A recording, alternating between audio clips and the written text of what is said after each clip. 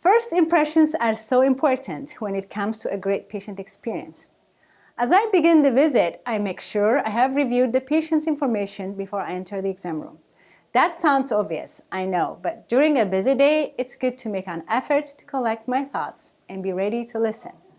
I make a point to knock before entering the room and ask permission to enter.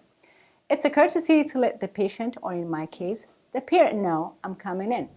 I also wash my hands or use hand sanitizer once I have entered, especially since I'm seeing a lot of kids with colds, earaches, and other infectious diseases. It's a good way to show the families that I care about their safety. I make eye contact as I introduce myself and say hello and shake hands if it's appropriate. I also sit or stand to be at eye level when I'm talking with the patients and parents. This shows respect and makes it easier to have a real conversation. Sometimes I need to address service issues up front, like acknowledging and apologizing for any delays.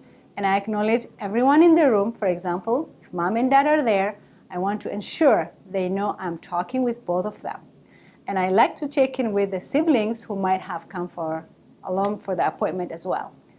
These simple actions can help patients and families feel respected. It helps put them at ease, and it paves the way for meaningful communication during the time we have together.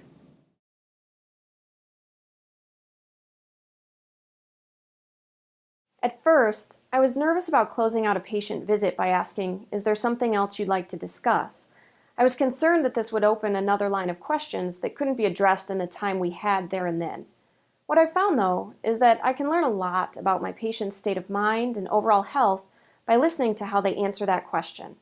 If they bring up the same issue they came in with, I use that opportunity to reiterate what we've discussed and what they need to do next in their care plan.